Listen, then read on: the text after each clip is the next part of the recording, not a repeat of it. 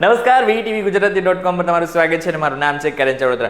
2 દિવસની અંદર જન્માષ્ટમી છે અને જન્માષ્ટમીના દિવસોમાં સારો વરસાદ આમ તો જો કે બધા ઈચ્છતા હોય છે કે આ દરમિયાન વરસાદ આવી જાય, પરંતુ અતિભારે જ્યારે વરસાદની વાત કરવામાં આવે ત્યારે લોકોને ચિંતા ચોક્કસથી થઈ જતી હોય।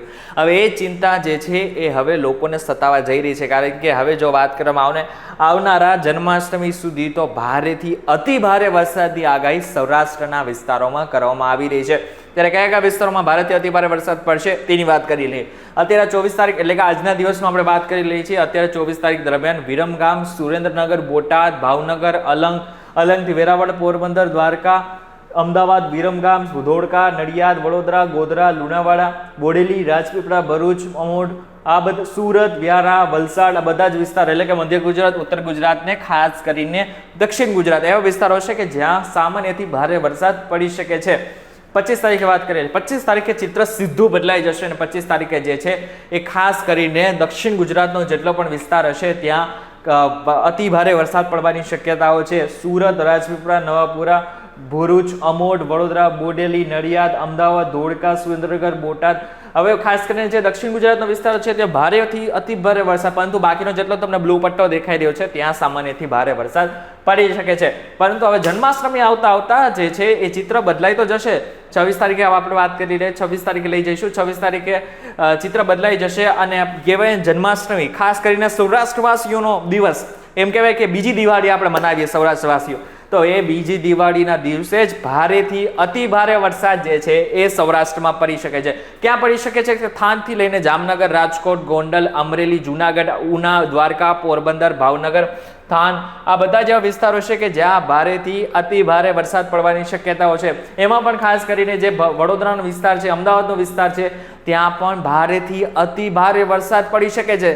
ખાસ કરીને નોંધવા જેવું સૌરાષ્ટ્રવાસીઓ માટે છે, કારણ કે મેળો આવી રહ્યો છે, મેળાની મજા કદાચ બગડી શકે છે આ દરમિયાન, પરંતુ હા વરસાદ આવશે એ વાત તો પાકી છે આ બધા જ વિસ્તારોમાં। અને ખાસ કરીને કચ્છમાં, એમ કહેવાતો તો કચ્છમાં હજુ સુધી સારો વરસાદ નથી પડ્યો, ત્યાં પણ સારો વરસાદ પડશે। અને આની સાથે સાથે ઉત્તર ગુજરાત અને ઉત્તર ગુજરાતના ખાસ એવા એરિયાઓ જે બનાસકાંઠા અને સાબરકાંઠામાં લગતા છે એ બધા જ વિસ્તારોમાં પણ સારો એવો વરસાદ આવનારા ટૂંક સમયમાં એટલે કે 26 તારીખે સોમવારે પડી જશે। 27 તારીખે જોઈ લઈ 27 તારીખે શું સિચ્યુએશન બની રહી છે।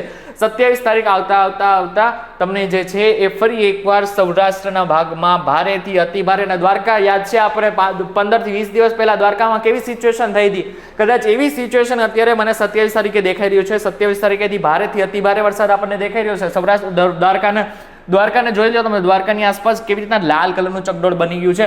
આ જે છે એ લાલ કલર બતાવી રહ્યું છે કે ત્યાં ભારેથી અતિ ભારે વરસાદ આવી શકે છે। ના માત્ર દ્વારકા પરંતુ ભાડવડ, સલાયા, પોરબંદર, જુનાગઢ, અમરેલી, ગોંડલ, જસદણ, બોટાદ, રાજકોટ, ચોટીલા, મોરબી, સુરેન્દ્રનગર, ધોળકા, અમદાવાદ, વિરમગામ, કુડા, આ બધા જેવા વિસ્તારો હશે કે જ્યાં ભારેથી અતિ ભારે વરસાદ પડશે। અને ખાસ કરીને વાત કરીએ કચ્છની, તો કચ્છમાં પણ એ દિવસે એટલે કે 27 તારીખે સામાન્યથી ભારે વરસાદ।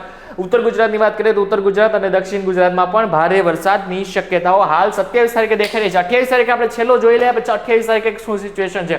28 આવતા તમને ખાસ કરીને જે સુરેન્દ્રનગર, જેમ કહેવાતું હતું કે વરસાદ નથી આવી રહ્યો, એ સુરેન્દ્રનગરના ચોટીલામાં પણ સારો વરસાદ પડશે। નવસારી બાજુ આપણને સારો વરસાદ દેખાઈ રહ્યો છે। આની સાથે સાથે ફરી એકવાર કચ્છમાં ભારે વરસાદ દેખાઈ રહ્યો છે। એટલે કે 23 તારીખથી 24 તારીખ, 25 તારીખ, 26 તારીખ, 27 અને 28 આ એવા દિવસો હશે કે જ્યાં સારો વરસાદ મોટા ભાગના ગુજરાતના જિલ્લાઓમાં પડશે। એમ કહેવાતું હતું કે આ બધા વિસ્તારોમાં વરસાદ નથી પડી રહ્યો, તો હવે ટૂંક સમયની અંદર એટલે કે 28 તારીખ દરમિયાન સારો વરસાદ મોટા ભાગના ગુજરાતના જિલ્લાઓમાં પડી જશે। એટલા માટે થઈ રહે તમારું ખાસ ધ્યાન રાખજો। જન્માષ્ટમીમાં બહાર નીકળો છો તો છત્રી અને રેનકોટ લઈને નીકળજો, જેથી તમે અને તમારા પરિવારને બીજા અલગ અલગ રોગોથી બચાવી શકો। ખાસ કરીને વાત ધ્યાન રાખી લેજો કે આવનારા ટૂંક સમય દરમિયાન ભારેથી અતિ ભારે વરસાદની ચેતવણી તો જાહેર કરવામાં આવી છે।